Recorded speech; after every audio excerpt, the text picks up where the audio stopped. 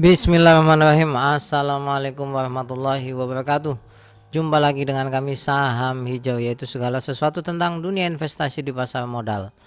Kita kembali lagi setelah lebaran, dan sayangnya setelah lebaran ini justru kenyataan pahit akan kita hadapi, yaitu kemungkinan market crash itu bisa terjadi. Pertanyaannya, apa yang kita lakukan itu yang paling penting, maka kita sharing-sharing berdasarkan pengalaman. Tentu saja disclaimer on. Nah, kenapa kami katakan potensi crash itu ada? Karena seperti ini. Baik pasar modal Amerika, Eropa, atau Asia itu semuanya rontok. Terutama setelah Donald Trump menyampaikan tentang dikenakannya tarif tambahan untuk banyak negara, dan Indonesia salah satu yang menjadi objeknya. Ini dampaknya ya, dampak daripada tarif yang dikenakan oleh Donald Trump. Anda bisa lihat Meksiko, China, Kanada, dan lain sebagainya. Saya tidak bahas satu persatu karena kita fokusnya apa yang harus kita lakukan. Nah, yang kedua yang membuat potensi untuk jatuhnya pasar modal Indonesia semakin besar adalah dolar yang semakin galak. Ingat, dolar sudah pernah mencapai 17.200 ya dalam periode ini. Pada saat sekarang 16.700 itu sudah sangat tinggi, dan kalau misalkan terus naik tentu saja akan banyak PHK. Karena itu IHSG juga akan menjadikan ini sebagai momentum untuk jatuh. Nah, pertanyaannya, IHSG bisa ke berapa? Kalau versi kami, ingat ya, ini versi kami, ke 5.500 itu potensi ada. Kalau bertanya alasan kenapa kok bisa mencapai 5.500, tentu saja alasan utamanya teknikal ya. Anda bisa lihat titik support selanjutnya potensialnya di 5.500. Ini mungkin akan terjadi trading halt berikutnya, itu bisa terjadi. Tapi sekali lagi ini semuanya hanya potensi. Ya, jadi yang perlu Anda pahami sekarang itu kan kondisinya ekonomi global lesu. Tapi sekali lagi ya, tapi saat sekarang tidak seperti COVID-19. Kalau Anda pernah merasakan COVID-19, ini masih belum seberapa ya. COVID-19 itu berhari-hari kita nggak bisa jualan saham ya, karena langsung trading halt. Jadi saat sekarang ini masih belum. Dan pengalaman kami ketika zaman Donald Trump itu berubah-ubah. Maksudnya berubah-ubah bagaimana? Tiba-tiba pasar jatuh, tiba-tiba pasar naik, tiba-tiba pasar jatuh, seperti itu terus. Jadi yang patut dipahami betul-betul ya, jangan terlalu panik berlebihan ya. Kenapa? Karena kepanikan yang berlebihan akan menghasilkan keputusan yang tidak sehat, terutama di pasar modal. Ya, sekali lagi karena Donald Trump polanya seperti itu, naik turun, tidak turun terus. Menurut kami ya, mending kalau turun terus, kan setelah itu naik pelan-pelan. Kalau naik turun itu susah diprediksi, sangat sulit. Nah, pertanyaannya kan, apa yang harus kita lakukan? Ini penting. Yang pertama, perhatikan uang Anda yang ada di portofolio. Kenapa saya katakan demikian? Karena kalau ternyata uangnya adalah uang panas itu maksudnya uang yang mendesak akan dipakai. Jadi misalnya 2 bulan lagi mau dipakai, 3 bulan lagi mau dipakai, saran kami tarik dana Anda ya. Kalau misalkan ada pertanyaan berapa lama dana ini tidak terpakai, ya minimal setahun lah.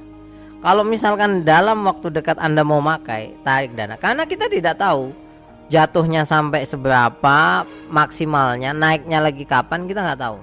Dan apakah memicu hal lain yang negatif, kita nggak tahu. Ya, maka sekali lagi kalau uang Anda panas, lebih baik saran kami tarik dana. Yang kedua, kalau misalkan, ini ada pertanyaan soalnya, udah ada yang jawab ke saya. Kalau misalkan sebagian uang panas, sebagian uang dingin bagaimana? Tarik yang panas. Misalnya 100 juta, yang mau dipakai 20 juta, tarik 20 juta. Karena bisa jadi yang 20 juta itu nyusut jadi setengahnya. Bisa jadi nih, kondisi sekarang tidak bisa kita antisipasi Ya, tidak bisa kita antisipasi. Yang ketiga, kalau memang uang Anda dingin, ya, uang Anda dingin itu memang betul-betul untuk investasi, bisa santai.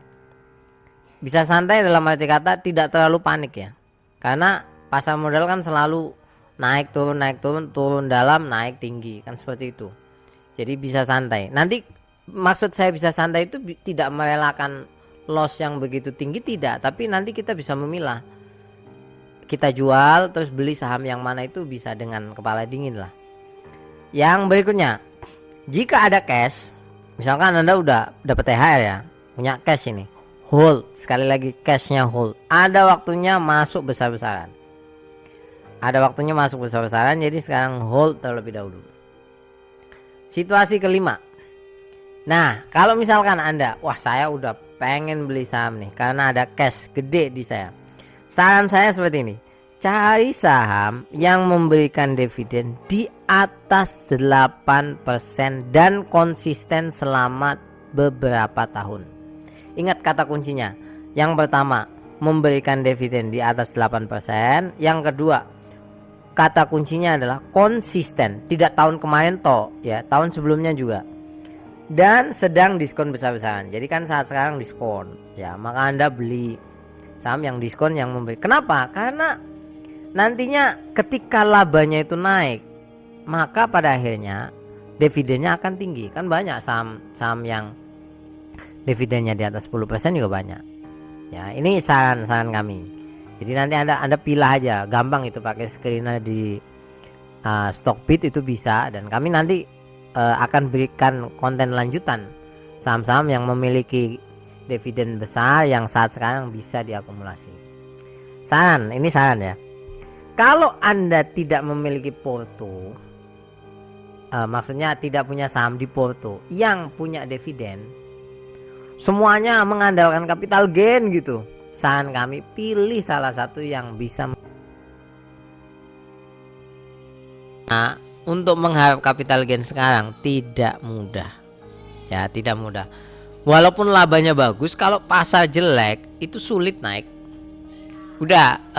Kita udah sering lah mengalami kejadian seperti ini. Pokoknya kalau labanya bagus, IHSG-nya ambruk, susah naiknya.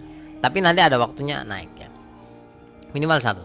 Saran yang kedua, ini saran yang jangan dilakukan kalau Anda belum terbiasa, yaitu apa? Miliki saham lapis 3 minimal 1. Kenapa saya katakan demikian? Karena gini, kalau Anda tidak terbiasa, minusnya akan besar ya. Saham lapis 3 seperti itu. Kalau Anda bertanya, kenapa kok saham lapis 3 minimal punya 1?